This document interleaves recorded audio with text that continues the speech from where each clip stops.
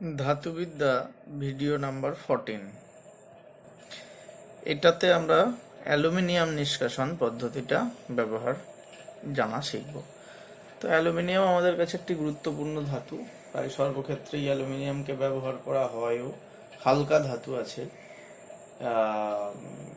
মোটামুটি কম পয়সায় বিভিন্ন ইলেকট্রিক্যাল অ্যাপ্লায়েন্সেসে কপারের তুলনায় হয়তো কমা, কিন্তু মোটামুটি কম পয়সাতে একটা ভালো ইলেকট্রিক্যাল অ্যাপ্লায়েন্সেসে কিন্তু অ্যালুমিনিয়ামেরই ধাতুকে আমরা ব্যবহার করে থাকি, তারকে ব্যবহার করে থাকি। তাই অ্যালুমিনিয়াম আমাদের কাছে কিন্তু যথেষ্ট গুরুত্বপূর্ণ একটু ধাতু রূপে চিহ্নিত রয়েছে। তো এখানে আমরা দেখলেই বুঝতে পারবো যে অ্যালুমিনিয়ামের ইলিংহাম ডায়াগ্রাম যদি আমরা দেখি, আগে ইলিংহাম ডায়াগ্রামটা দিয়ে শুরু করা যাক।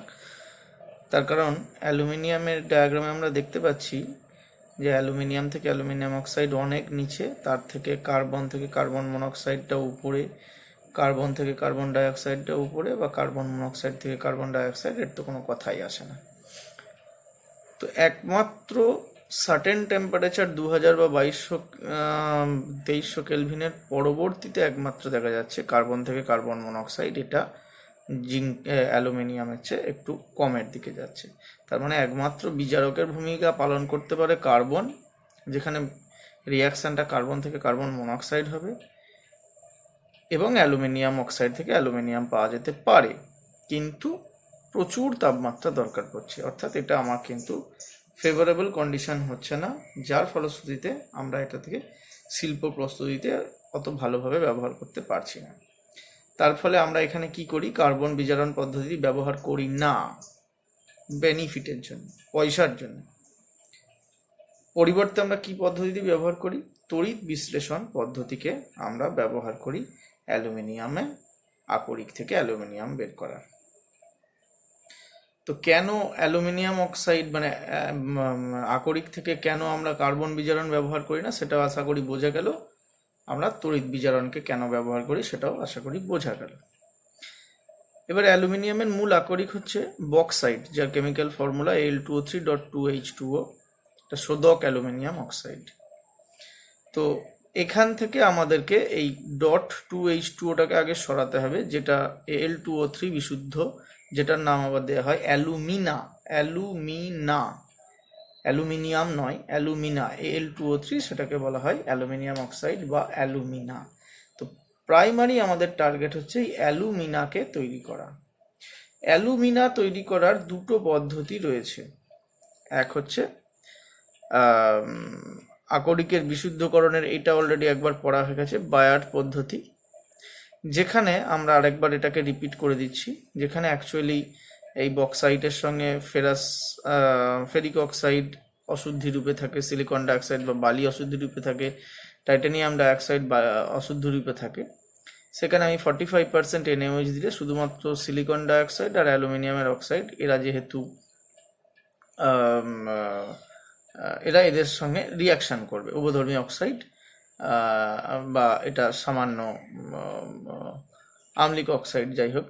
তো এই আম্লিক অক্সাইড বা এটা উভধর্মী অক্সাইড, এরা দুজন শুধুমাত্র বিক্রিয়া করে সোডিয়াম অ্যালুমিনেট, অ্যালুমিনিয়াম অক্সাইডটা NaOH-এর সঙ্গে বিক্রিয়া করে সোডিয়াম অ্যালুমিনেট, এটা জলে দ্রাব্য একটা লবণ তৈরি করে, আর সিলিকন ডাইঅক্সাইডটা সেটা সোডিয়াম সিলিকেট একটা লবণ তৈরি করে।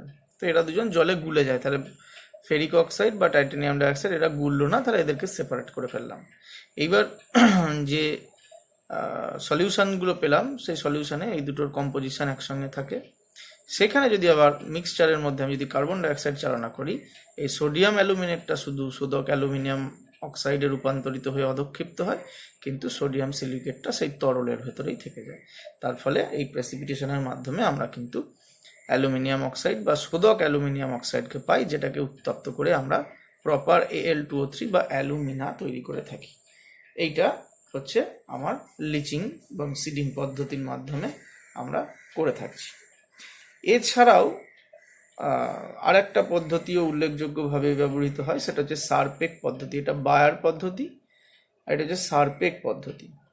এখানে বক্সাইট আকরিক এবং তার অশুদ্ধিগুলোকে নিয়ে কার্বন এবং নাইট্রোজেনের উপস্থিতিতে প্রায় 1800 ডিগ্রি সেন্টিগ্রেড তাপমাত্রায় উত্তপ্ত করা হয়। তারপরে শুধুমাত্র সিলেক্টিভলি অ্যালুমিনিয়ামটা, বক্সাইডের পার্টের যে অ্যালুমিনিয়ামটা থাকে সেটা অ্যালুমিনিয়াম নাইট্রাইডে রূপান্তরিত হয় এবং কার্বন মনোক্সাইড তৈরি হচ্ছে। তো এইখানে আমরা মোটামুটি সিলিকন ডাইঅক্সাইড, তারপরে কার্বনের সঙ্গে বিক্রিয়া করে সিলিকন এবং কার্বন মনোক্সাইড তৈরি করে। এই যে অ্যালুমিনিয়াম নাইট্রাইড, এটা NaOH এর সঙ্গে বিক্রিয়া করে অ্যালুমিনিয়াম হাইড্রক্সাইড তৈরি করছে এবং অ্যালুমিনিয়াম হাইড্রক্সাইডকে পরে উত্তপ্ত করলে অ্যালুমিনা তৈরি হচ্ছে। তো এটাও একটা পদ্ধতি, যে কোনো একটা পদ্ধতিকে ব্যবহার করা হয়। কিসের জন্য? বক্সাইড ছিল Al2O3.2H2O, তাকে পিউরিফাই করলাম এবং .2H2ওটাকে সরিয়ে Al2O3-তে কনভার্ট করলাম। এটা কিন্তু অ্যালুমিনিয়াম পেয়ে গেলাম তা নয়, দুক্ষেত্রেই আমরা কিন্তু অ্যালুমিনা পেলাম। Al2O3 এখানেও পেলাম, Al2O3 এখানেও পেলাম। এবার অ্যালুমিনাকে নিয়ে আমরা পরবর্তী ইলেকট্রোলিসিস প্রক্রিয়াতে ঢুকবো। তো অ্যালুমিনা থেকে অ্যালুমিনিয়াম অক্সাইড মানে অ্যালুমিনা হয়ে গেছে, সেখান থেকে অ্যালুমিনিয়াম নিষ্কাশন ইলেকট্রোলিসিস পদ্ধতির মাধ্যমে। পদ্ধতিটার নাম হচ্ছে হল হেরোজ প্রসেস। এই প্রসেসে আমরা কি করি? বিশুদ্ধ অ্যালুমিনা আমরা অলরেডি বের করে ফেলেছি। এই বিশুদ্ধ অ্যালুমিনার একটা প্রপার্টি হচ্ছে এটা কিন্তু সহজে গলে না। তো আমরা তড়িৎ বিশ্লেষণ করতে চাইলে জিনিসটাকে গলাতে হবে, হয় আমাকে জল দিয়ে দ্রবীভূত করতে হবে অথবা তাপ দিয়ে গলাতে হবে। জল দিয়ে দ্রবীভূত করলে কিন্তু আমাদের ইলেকট্রোলিসিস প্রক্রিয়ায় বাই প্রোডাক্ট অনেক বেশি হতে থাকবে বা অ্যালুমিনিয়ামটা না পাওয়ার সম্ভাবনায় বেশি থাকবে। তো সেই ক্ষেত্রে আমাদেরকে জল ছাড়া শুধুমাত্র অ্যালুমিনাটাকেই গলাতে হবে। তো এই গলানোর জন্যে আমাদের একটা কাজ করতে পারি, আমরা গলনাঙ্কের মোটামুটি 2323 মানে 2000 কেলভিন তাপমাত্রা, এই 2000 ডিগ্রি সেন্টিগ্রেড তাপমাত্রা বা 2100 ডিগ্রি সেন্টিগ্রেড তাপমাত্রা রয়েছে। তো এত তাপমাত্রা তৈরি করে এটাকে গলাতে পারি, অথবা একটা বেটার পদ্ধতি পাওয়া গেছে, সেটা হচ্ছে এই বিশুদ্ধ অ্যালুমিনার সঙ্গে ক্রায়োলাইট, যেটার ফর্মুলা Na3AlF6, এবং ফ্লুওস্পার বা ফেলস্পার, এই ফ্লুওস্পারকে নিয়ে আমরা যদি একটা মিক্সচার তৈরি করি, যে এখানে অ্যালুমিনাটা থাকবে 20%, ক্রায়োলাইটটা থাকবে 60% এবং ফ্লুওস্পারটা থাকবে 20%। এই মিক্সচারটা তৈরি করলে দেখা যাচ্ছে যে প্রবলেমটা শুধুমাত্র অ্যালুমিনাকে নিয়েছিল, যে একে গলাতে গেলে আমাকে বহু তাপমাত্রা 2100 ডিগ্রি সেন্টিগ্রেডে উঠতে হচ্ছে, সেইটাই কিন্তু হঠাৎ করে কমে গিয়ে আমার প্রায় 900 ডিগ্রি সেন্টিগ্রেডের ভেতরে চলে আসবে, মানে 1173 কেলভিন এই রেঞ্জে এদের গলনাঙ্কটা চলে আসবে। তার সাথে সাথে এই যে মিক্সচারটা, এটা তড়িতের অনেক বেশি সুপরিবাহী হয়ে ওঠে।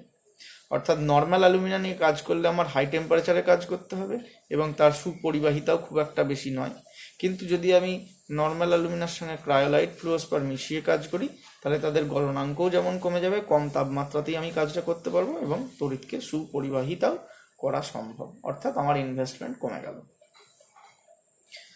এইবার এইটাকে নিয়ে আমরা কিভাবে তড়িৎ বিশ্লেষণ কাজটা করি সেটা দেখানো যাক। তো আমরা মোটামুটি কি কি নিয়েছি? Al2O3 অ্যালুমিনা, মোল্টেন অ্যালুমিনা, তার সঙ্গে ক্রায়োলাইট Na3AlF6 এবং তার সঙ্গে ফ্লুওস্পার, এই মিক্সচারটাকে নিয়েছি। এইবার একটা ট্যাঙ্কের ভেতরে নেওয়া হয়েছে, এটা একটা ট্যাঙ্কের স্ট্রাকচার দেওয়া আছে। এই ট্যাঙ্কের গ্যাস কার্বনের পুরু আস্তরণ, যেটাকে ক্যাথোড হিসাবে ব্যবহার করা হচ্ছে, অর্থাৎ এই কালো রঙের অংশ যেটা রয়েছে এইটা হচ্ছে গ্যাস কার্বনের আস্তরণ, এবং এটাকে ক্যাথোড হিসাবে ব্যবহার করা হচ্ছে, নেগেটিভ ইলেকট্রোড হিসাবে ব্যবহার করা হচ্ছে। এই যে দেখো, এইটার সঙ্গে নেগেটিভ ইলেকট্রোডের ছবিতে মাইনাস চিহ্নটা দেওয়া রয়েছে। আর তার সঙ্গে এই মাঝে রাখা রয়েছে এই মিক্সচারটা, গলিত মিক্সচারটা, এবং এই ওপরের অংশে গ্রাফাইটের বার রাখা রয়েছে। এই যে কালো কালো অংশগুলো, এই গ্রাফাইটের বারগুলো হচ্ছে অ্যানোড রূপে কাজ করে, অর্থাৎ প্লাস চার্জযুক্ত আমার ইলেকট্রোড হিসাবে কাজ করছে। তাহলে এটার সঙ্গে আর এটার সঙ্গে আমার ব্যাটারি সাপ্লাই বাইরে থেকে সংযোগ করা আছে। এদিকে গ্যাস কার্বনটা আমার ক্যাথোড হিসাবে কাজ করছে, আর এদিকে আমার গ্রাফাইটের বার কয়েকটা আমি ক্যাথোড হিসাবে ঝুলিয়ে দিয়েছি। এইবার তড়িৎ পরিবহন করানো হলো। তাহলে তড়িৎ পরিবহন যখন করানো হবে, আমরা অ্যালুমিনিয়াম অক্সাইডটা কি হবে, অ্যালুমিনিয়াম +3 ক্যাটায়ন আর O-2 অ্যানায়ন তৈরি করে রাখবে গলিত অবস্থায়। তাহলে এখানে কি হবে, যেহেতু অ্যালুমিনিয়ামটা ক্যাটায়ন, সে ক্যাথোডের দিকে মানে নেগেটিভ ইলেকট্রোডের দিকে ছুটবে। তাহলে এ যখনই নেগেটিভ ইলেকট্রোডের সংস্পর্শে আসবে মোল্টেন কন্ডিশনে, মানে উচ্চ তাপমাত্রাতে, তখন কি হবে, এখান থেকে সে ইলেকট্রিসিটি গ্রহণ করবে বা ইলেকট্রনকে গ্রহণ করবে। তাহলে ইলেকট্রন গ্রহণ করলে অ্যালুমিনিয়ামটা এর কাছাকাছি অংশে আস্তে আস্তে আমার সঞ্চিত হতে থাকবে। অপরদিকে যে অক্সাইড আয়নটা রয়েছে, সেই অক্সাইড আয়নটা প্লাস চার্জযুক্ত ইলেকট্রোডের টানে এই গ্যাস কার্বনের দিকে ছুটতে থাকবে। গ্যাস কার্বনের দিকে ছুটে সে যখন গ্যাস কার্বনের যুক্ত ইলেকট্রোডে গিয়ে পৌঁছাবে, তখন সে নিজের ইলেকট্রন এখানে ছেড়ে দেবে। নিজের ইলেকট্রন যখনই এখানে ছেড়ে দেবে, সে তখন অক্সিজেন, জায়মান অক্সিজেন পরমাণুতে রূপান্তরিত হবে, যেটা ভেরি রিঅ্যাক্টিভ। তখন সে এখানকার যে গ্যাস কার্বনের ভেতরে, গ্রাফাইটের ভেতরে যে কার্বন রয়েছে, সেই কার্বনের সঙ্গে বিক্রিয়া করবে এবং কার্বন মনোক্সাইড, কার্বন ডাইঅক্সাইড এই ধরনের গ্যাসীয় পদার্থ তৈরি করবে। অর্থাৎ আলটিমেটলি এই যে গ্রাফাইট দণ্ডগুলো, যেগুলোকে আমি অ্যানোড হিসাবে ব্যবহার করছি, তাদের কিন্তু একটা ক্ষয় হতে শুরু করবে। গ্রাফাইট দণ্ডগুলো বিনষ্ট হতে থাকবে। তবে সুবিধা কি, আমি কিছুক্ষণ পরে বা যখন আমি বুঝতে পারবো যেটা অনেকটা হয়ে গেছে, তখন আমি এগুলোকে খুব তাড়াতাড়ি গ্রাফাইট দণ্ড আবার রিপ্লেস করে ফেলতে পারবো।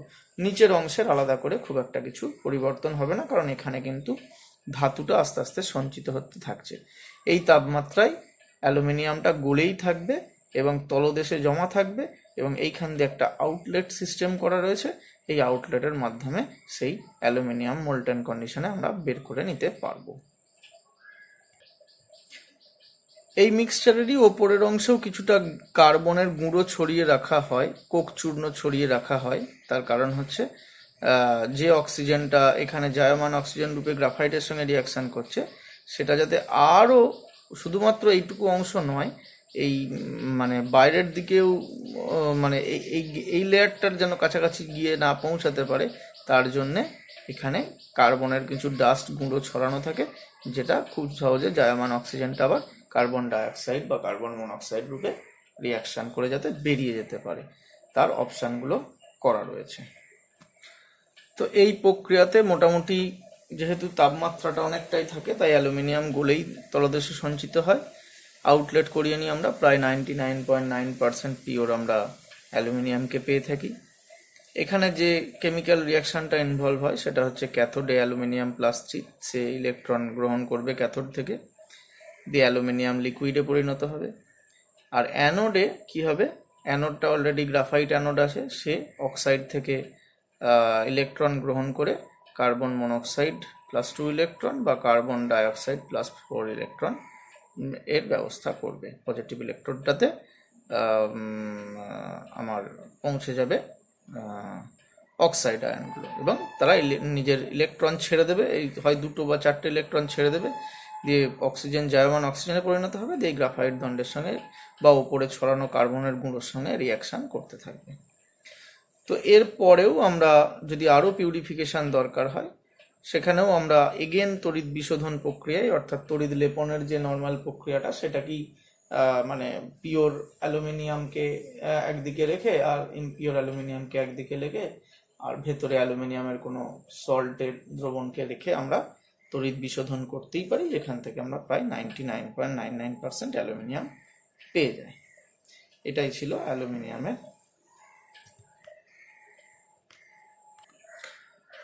তো একটি ফ্লো চার্টের মাধ্যমে টোটাল অ্যালুমিনিয়ামের ব্যাপারটাকে আরেকবার দেখানো হয়েছে, যে বক্সাইট থেকে কিভাবে অ্যালুমিনিয়াম নিষ্কাশন করা হচ্ছে। বক্সাইট আকরিক তোমরা সবাই জানো, Al2O3.2H2O।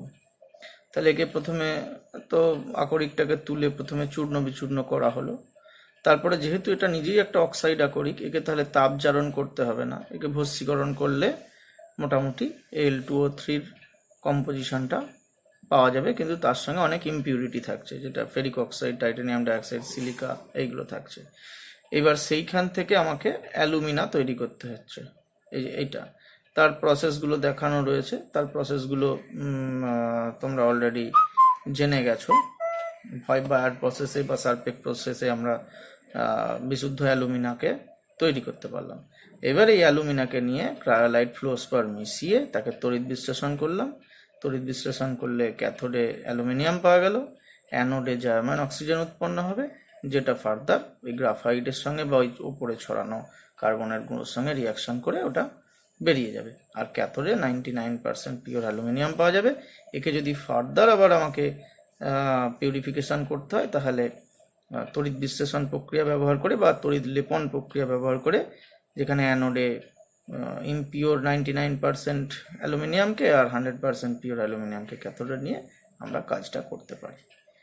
এটাও খুব সহজ, কিন্তু এখান থেকে বারবার কোশ্চেন আসে, বিশেষ করে ক্রায়োলাইট ফ্লোরস্পার কেন মেশানো হয়, আর মানে শুধুমাত্র অ্যালুমিনাকে নিয়ে কাজটা কেন করা গেল না, এই ধরনের কোশ্চেনগুলো, ট্রিকি কোশ্চেনগুলো কিন্তু বারবার এখান থেকে আসে, তাই এগুলো করতে হবে।